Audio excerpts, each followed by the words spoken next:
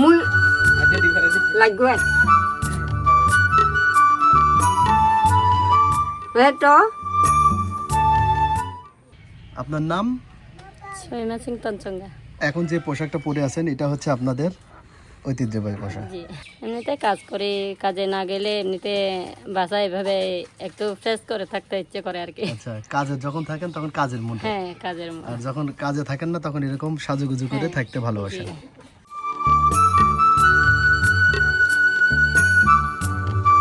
এই পাহাড়ে ঢুকলেই সময় যেন ধীরে ধীরে চলতে শুরু করে। এখানে শহরের শব্দ নেই, আছে মানুষের নিঃশব্দ হাসি। এই হলো বটতলী, একটা গ্রাম যেখানে প্রকৃতি এখনো মানুষকে আগলে রাখে। বটতলী পাড়া একটি পাহাড়ি গ্রাম। এখানে পৌঁছাতে হলে ভরসা রাখতে হয় নিজের পা আর পাহাড়ের উপর। পাহাড়ের প্রতিটা বাঁক যেন নতুন গল্প খুলে দেয়, কখনো সবুজ, কখনো নীরবতা। এই গ্রামে জীবন খুবই সহজ, কিন্তু সেই সহজের মধ্যেই লুকিয়ে আছে গভীর সৌন্দর্য। আজকে আপনাদের দেখাতে চলেছি পাহাড়ি গ্রাম বটতলী পাড়ার আদিবাসীদের জীবনযাপন আর পাহাড়ে লুকিয়ে থাকা গভীর সৌন্দর্য।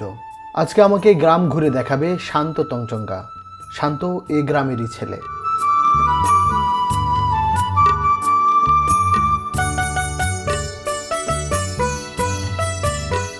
পাহাড়ি নারীরা পুরুষের চেয়ে বেশি পরিশ্রমী। পরিবার বা সংসারের বেশিরভাগ কাজকর্ম মহিলারাই করে থাকে। পাহাড়ি এ গ্রামের মানুষের প্রধান পেশা জুম চাষ। খুব ভোরে এ গ্রামের মহিলারা মাথায় ঝুড়ি নিয়ে চলে যায় জমে। সারাদিন জুমে কাজ করে, মাঝে মাঝে ক্লান্ত হয়ে গেলে জুম ঘরে বসে জিরিয়ে নেয়। দুপুর হয়ে গেলে বাড়ি থেকে আনা খাবার খেয়ে আবার এই জুম ঘরেই বিশ্রাম নেয়। অনেকেই জুম ঘরে রান্নাবান্নার ব্যবস্থাও রেখেছেন, যাতে দুপুরের রান্না এখানে করে খেতে পারেন। প্রায় সব ধরনের শাকসবজি, ধান, কলা, বরই, আম সহ আরও অনেক ফল ফলাদির বাগান এই জুমে করা হয়। যেহেতু পাহাড়ের ঢালে জুম চাষ করা হয়, তাই বৃষ্টির উপর তারা অনেকাংশেই নির্ভরশীল। যখন বর্ষাকাল শুরু হয় তখন তারা জুম চাষ শুরু করে। তারা জুম ঘরের পাশে বৃষ্টির পানি ধরে রাখার ব্যবস্থা রাখে, যেন বৃষ্টি না হলে ফসলে পানি দিতে পারে। কিছু ফসলে সবসময় পানি দিতে হয়, তাই এই ব্যবস্থা রেখেছে তারা। এছাড়াও অনেকেই ঝিরি থেকে পানি তোলার ব্যবস্থাও করে মোটর ও পাইপের মাধ্যমে। তবে এটা সব জায়গাতে করা সম্ভব হয় না।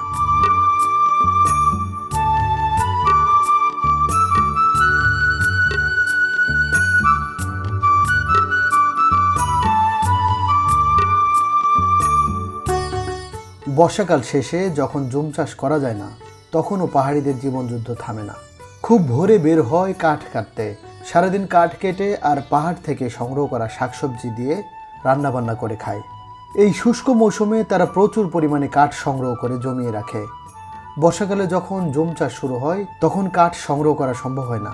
ঠিক তখন এই জমানো কাঠ জ্বালানি হিসেবে ব্যবহার করে।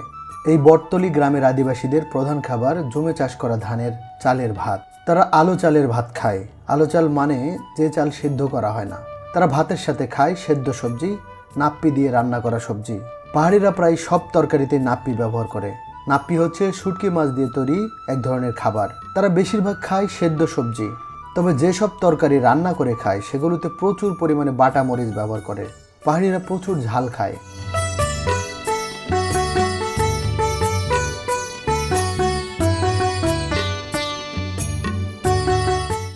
বটতলী গ্রামের আদিবাসীরা কৃষিকাজের পাশাপাশি পশুপালন করে থাকে।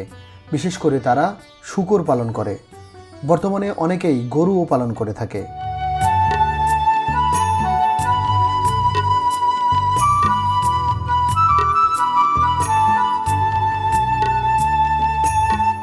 এছাড়াও প্রায় সব বাড়িতে রয়েছে ছোটখাটো তাঁত। তঞ্চঙ্গারা নিজের পোশাক নিজেরাই তৈরি করে। এ গ্রামে তঞ্চঙ্গা ছাড়াও অন্য জাতিগোষ্ঠী বাস করে, তবে তঞ্চঙ্গার পরিমাণ বেশি।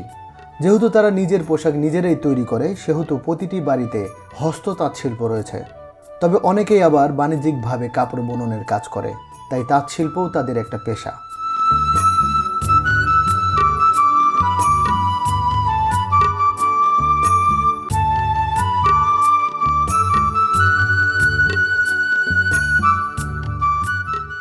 হুক্কা বা তামাক খাওয়া আদিবাসীদের কাছে খুব কমন একটা ব্যাপার।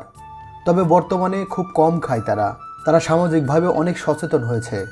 তারা জানতে পেরেছে তামাকের ক্ষতিকর দিকগুলো। এখনকার জামানার আদিবাসীরা তামাক খায় না বললে চলে, আর যারাই বা খায় তারা অল্প পরিমাণে খায়। কিন্তু যারা বয়স্ক লোক রয়েছে তারা দীর্ঘদিনের এই নেশাকে ছেড়ে দিতে পারেনি সম্পূর্ণভাবে।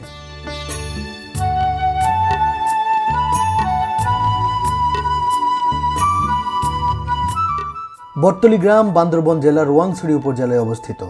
আগে যোগাযোগের ব্যবস্থা অনেক খারাপ ছিল, কিন্তু বর্তমানে অনেক উন্নত। তাই উন্নতির ছোঁয়া লেগেছে তাদের গ্রামের বাড়িঘরগুলোতেও।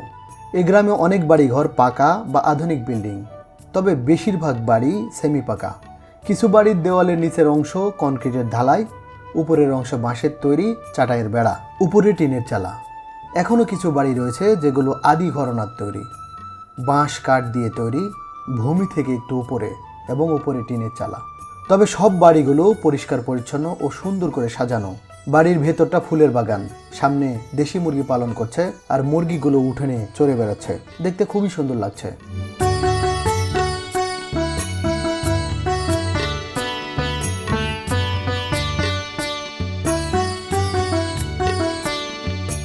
কেমন আছেন? ভালো। আপনার নাম কি? আমার নাম হচ্ছে মারওয়া নাম সৈমা সিং তানছোলা। আপনার এইটা এখন যে পোশাকটা পরে আছেন এটা হচ্ছে আপনাদের ঐতিহ্যবাহী পোশাক, জি। তাই না? হ্যাঁ। এই যে এগুলো কি আপনাদের বানানো?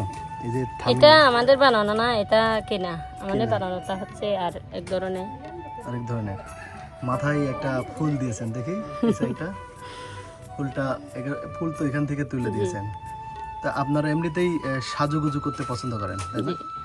আমি এমনিতে থাকি, ওই একটু মাঝে মধ্যে এরকম ইয়া করতে ভালো লাগে আর কি। আচ্ছা, এটা হচ্ছে আপনাদের একটা বলতে পারেন যে প্যাশন, যে সাজতে ভালো লাগে, জি। তাই না? জি। আপনি এমনিতে করেন কি?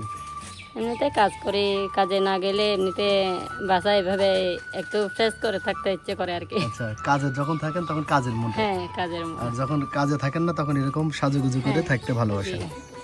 আচ্ছা, নরমালি আপনার গলায় যেটা চেন পড়েছেন এটা এমনিতে চেন, আপনাদের ঐতিহ্যবাহী কিছু না? না। আচ্ছা।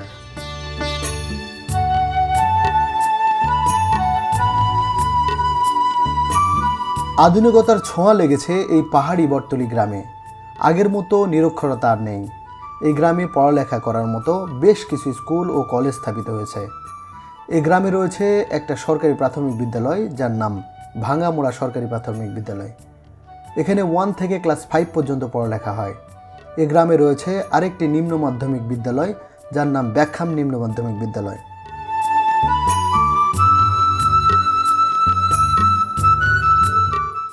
এই গ্রামের পাশে রয়েছে রোয়াংছড়ি মহাবিদ্যালয়, যেখানে উচ্চশিক্ষার ব্যবস্থাও রয়েছে। এক কথায় পাহাড়ি আদিবাসীরা শিক্ষায়ও পিছিয়ে নেই।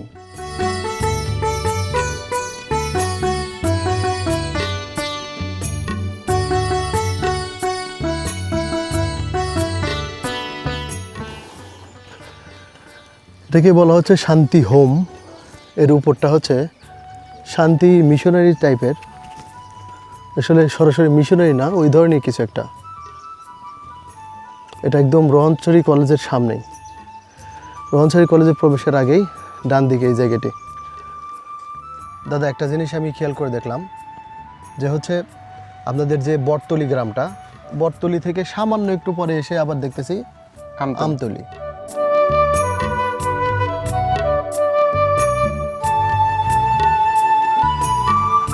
তো দাদা, এইটা এত কাছাকাছি দুইটা গ্রাম, বিষয়টা কীরকম? বিষয়টা হচ্ছে এরকম যে আমাদের মধ্যে পুরো কিছু ধারণা থাকে। ধারণাটা হচ্ছে এরকম, ধরেন গ্রামে অতিরিক্ত ফ্যামিলি হলে অনেকের বয়স্কদের লোকে একটা ধারণা থাকে হচ্ছে ওই যে বোকালেকে যেরকম ড্রাগনে ইয়ে করলো না, হ্যাঁ, ড্রাগনে কি করছে যে পুরো গ্রামটা গ্রাস করে ফেললো, হ্যাঁ, ওইরকম মানে নির্দিষ্ট একটা ফ্যামিলি হলো আর কি।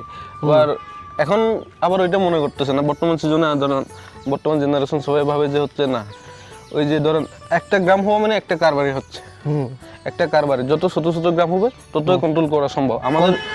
হ্যাঁ, কন্ট্রোল করা সম্ভব। এইটা বলবো যে আমরা হচ্ছে সামাজিক নীতি নিয়ে চলি।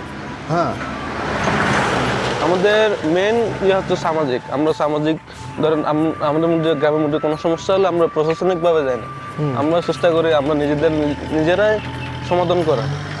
ওই সব কারণে হচ্ছে গ্রামগুলো একটু ইয়ে করে রাখে।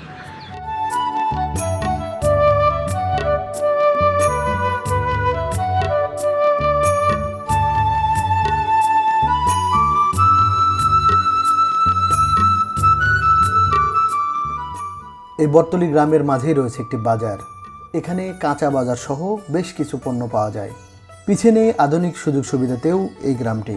এখানে ব্রডব্যান্ড ইন্টারনেট সহ ডিশ লাইন রয়েছে। তারা টিভিতে দেখতে পাচ্ছে দেশের কোন জায়গায় কি ঘটছে, আর ইন্টারনেটের মাধ্যমে পুরো বিশ্বের খবর জানতে পারছে। বটতলী গ্রামের সবাই বৌদ্ধ ধর্মের অনুসারী। এই গ্রামে রয়েছে একটি বৌদ্ধ মন্দির। এ মন্দিরে গ্রামের সবাই এসে প্রার্থনা করে। পূর্ণিমা ও অমাবস্যা তিথিতে তাদের বিশেষ আলোচনা ও প্রার্থনা অনুষ্ঠিত হয়। এখানে গ্রামের নারী পুরুষ সহ সব বয়সের মানুষ উপস্থিত থাকে। তারা প্রার্থনা করে তাদের প্রভুর কাছে যেন সর্ব অবস্থাতেই প্রভু তাদের ভালো রাখে। আমিও দোয়া করি ভালো থাকুক বটতলী গ্রাম ও এই গ্রামের সকল আদিবাসী। বটতলী কোনো দর্শনীয় স্থান না, বটতলী একটা অনুভব, যেখানে পাহাড় মানুষকে শেখায় কম থাকলেও সুন্দরভাবে বাঁচা যায়। এখানে এসে বুঝলাম গ্রাম শুধু বসবাসের জায়গা না, গ্রাম হলো অনুভূতি, যা একবার ছুঁয়ে গেলে শহরে ফিরেও মনটা একেবারে পড়ে থাকে সেই গ্রামে। তাই শহরে বসেও খুব মিস করছি বটতলী পাড়া।